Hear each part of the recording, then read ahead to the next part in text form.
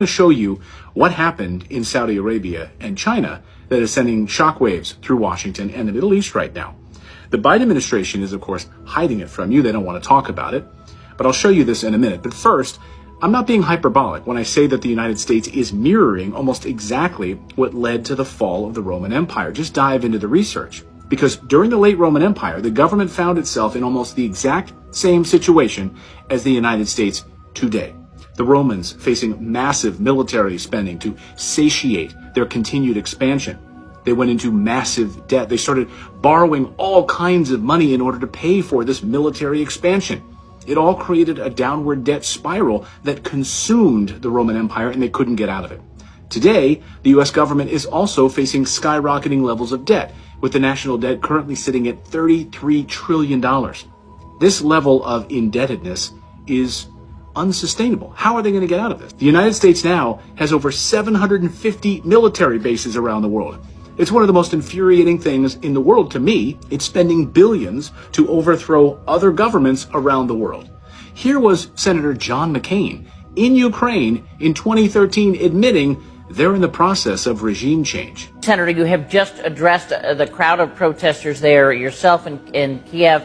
What is it you're trying to do here? Hopefully what we're trying to do is bring about a peaceful transition here. Oh, they got their proxy government all right. So the U.S. has massive military expansion by installing our own proxy governments and military bases around the world. But don't call it an empire.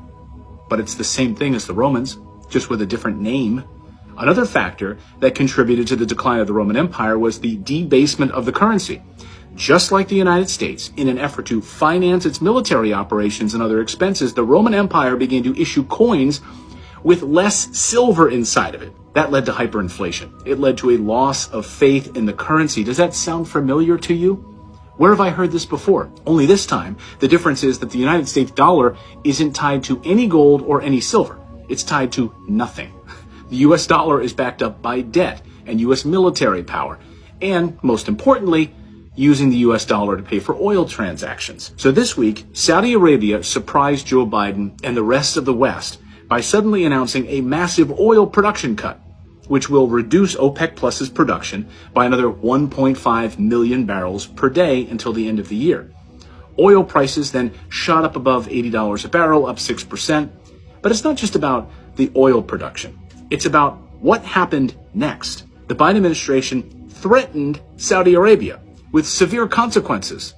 Like what? Pulling our military protection? Like what else are we going to threaten them with? His response? Actually a jaw-dropper. The Crown Prince said he's done pleasing the United States. And he doesn't care what President Biden thinks of him. Done pleasing the United States. The only reason that I can think of that you say something like this publicly in an interview in a newspaper is because you're already dating somebody else. And the Saudis are now fully engaged with China and Russia. This game is over for the United States. Now, for a few years now, Saudi Arabia has been moving away from the United States. Then candidate Biden said they need to be treated like they're a pariah, like the pariah they are. Remember this? And I would make it very clear, we were not going to, in fact, sell more weapons to them. We were going to, in fact, make them pay the price and make them, in fact, the pariah that they are. But then suddenly we needed cheap oil, and Biden flew over to the kingdom to kiss the ring of the Crown Prince. It was embarrassing. And then this moment happened. Reporters at that meeting yelled out, "Hey, Mr. President, is Saudi Arabia still a pariah?" Just watch the Crown Prince laugh about it during that question. President Biden, is Saudi Arabia still a pariah? President Biden.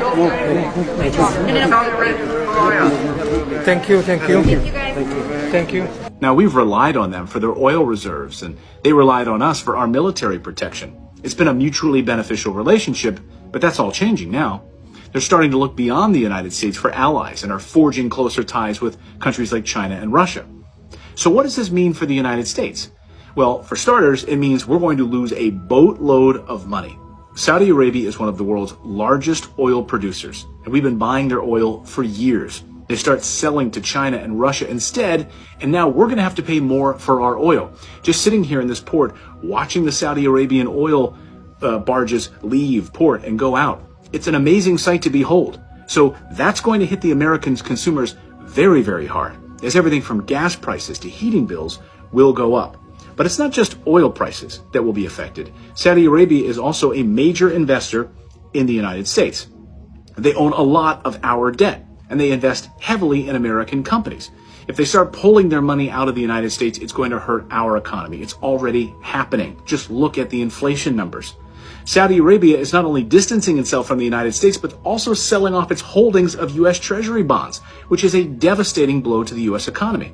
It's worth noting that Saudi Arabia has been the largest foreign holder of U.S. Treasury bonds for many years. So this is a significant shift in the global economy. Now, some might say, so what's the big deal? It's just one country selling off some bonds. What's the big deal here, Clayton? Well, let me explain. Because U.S. Treasury bonds are a critical source of funding for the United States government, and they are used to finance everything from Social Security, Medicare, military, infrastructure, everything. And when a country like Saudi Arabia sells off large amounts of these bonds, it puts downward pressure on the prices, which means that the United States government now has to pay higher interest rates to attract new buyers. This can increase the cost of borrowing for the U.S. government, which can in turn lead to higher taxes, inflation, even a massive recession, which we are facing right now. And right now, China, Russia, and Saudi Arabia are dumping massive amounts of U.S. debt. If they won't finance our massive debt, then who will? Who's going to step in? Who has money? So why this week? Why did all of this happen now? Because follow the money. The U.S. dollar is dying, and America's power is dying. China's new partnership with Russia has grown even further. China mediated a new era of peace between Iran and Saudi Arabia. Just look at these guys, shaking every hand they have in one big Chinese noodle salad. I don't see Biden's hand in there between Iran and China and Saudi Arabia. The U.S. has been trying to create havoc between these countries, but they're not having it. In fact, exports of oil and precious minerals have dramatically shifted away from the United States to one another, to these new partnerships.